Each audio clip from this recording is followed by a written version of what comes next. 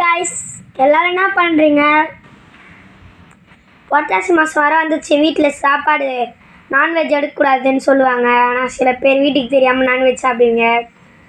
சரி, அதை விடுங்க. இப்போ வந்து பெருமாளோட தீவிரமான பக்தரோட கதையை பார்க்கலாமா? அவர் பேர் தான் நம்பி. வாங்க கதைக்குள்ளே போகலாம். நம்பின்னு ஒருத்தர் திருப்பதி மலைக்கு எதிர்க்க வாழ்ந்து வந்தார். அவர் வந்து தீவிரமான பெருமாள் பக்தர்.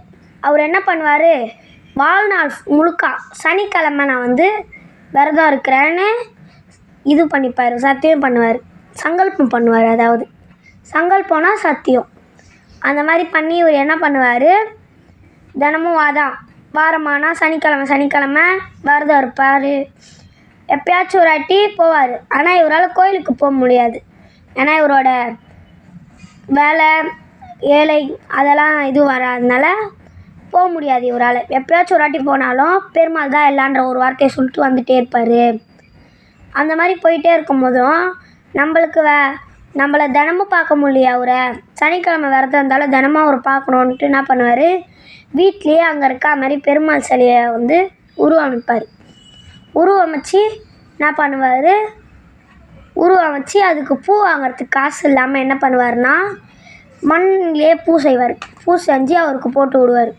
இந்த மாதிரியே சனிக்கிழமை பண்ணி தினமும் சாமியை கும்பிட்டுருக்க மாதிரி பண்ணிட்டு இருப்பார்.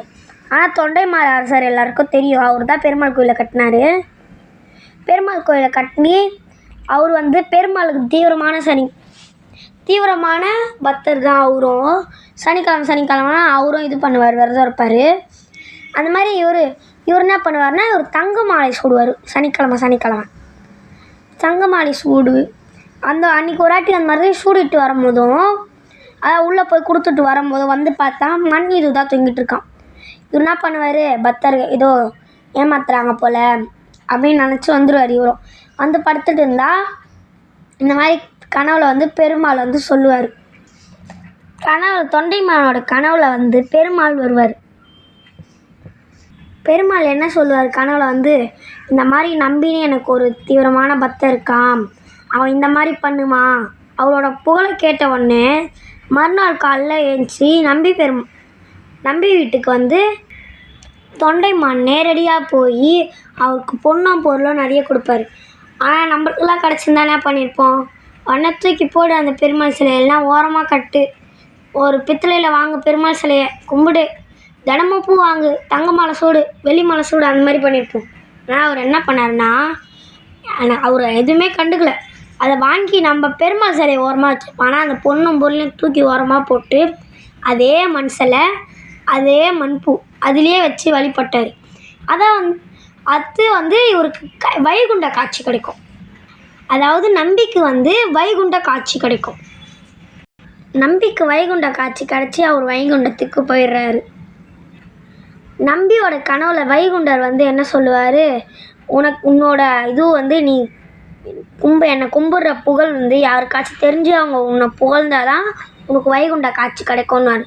அதேமாரி வைகுண்ட ஏகாதசி அப்போ இது என்ன நடக்கும்னா, இந்த காட்சி நடந்து அவருக்கும் வைகுண்டம் கிடைக்கும். அதான் தொண்டைமானுக்கு தெரிஞ்சு அவர் வந்து புகழ்ந்தார்ல, வைகுண்ட ஏகாதசி அப்போ இது நடக்கும். ஓம் நமோ நாராயணயா.